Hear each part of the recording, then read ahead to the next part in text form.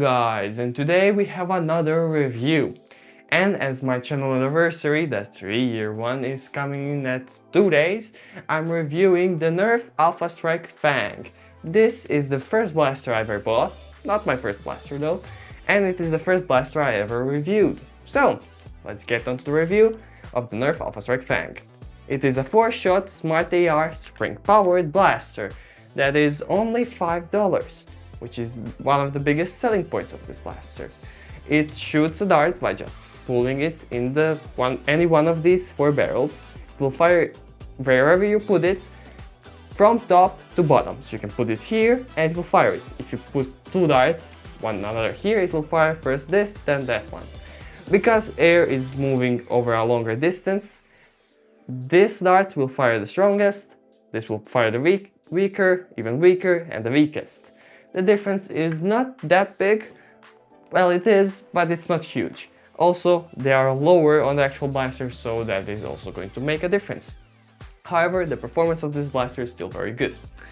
It has this black piece on grip, which is clipped over a skeleton grip, similar to the Nerf Alpha Strike Cobra, but this one has the clip-on piece.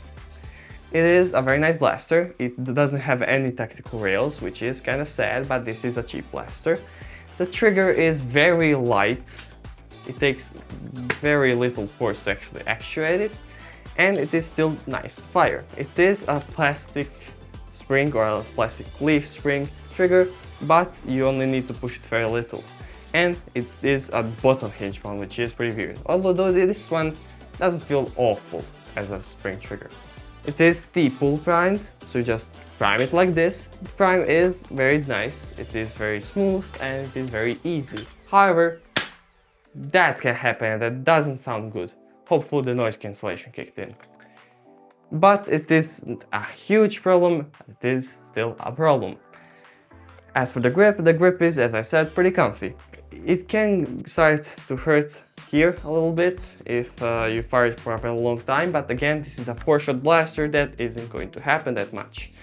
And as for the actual shooting of this blaster, well, it shoots pretty decently. For the size of it and for how light and cheap it is, it shoots pretty decently.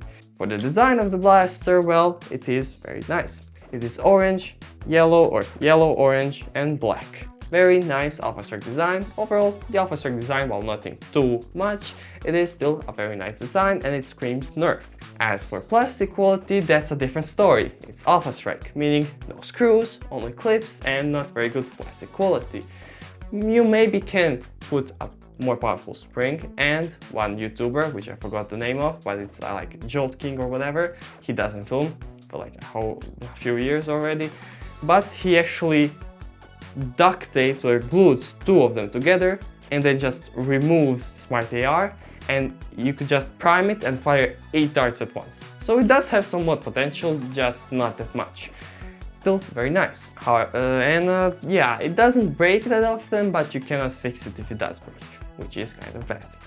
However, it's still Alpha Strike, and for the plastic and for the price, it's not awful.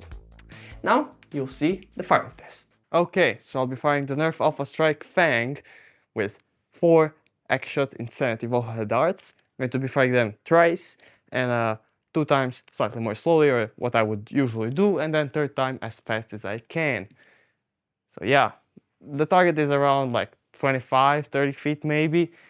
So yeah, the sound is behind a cloud right now, so not perfect lighting, but still fine. Let's go.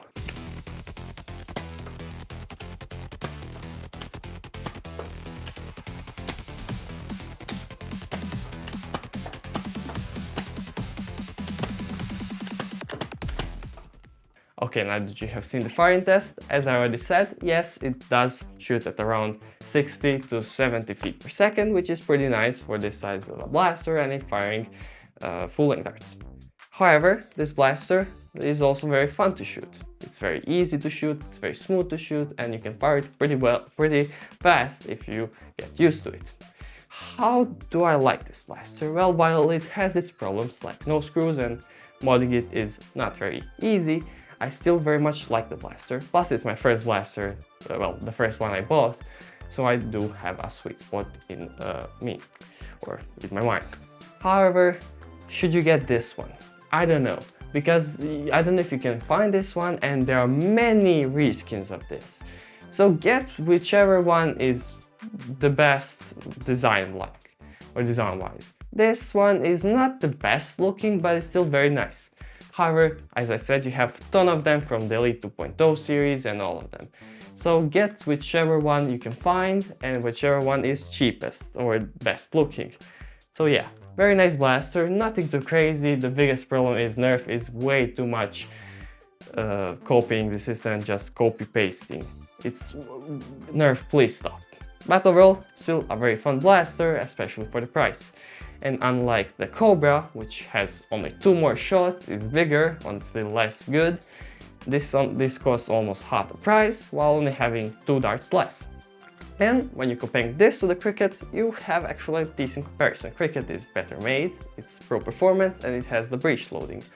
While this is slightly cheaper and it has 4 darts. It's full length and it is for smaller kids.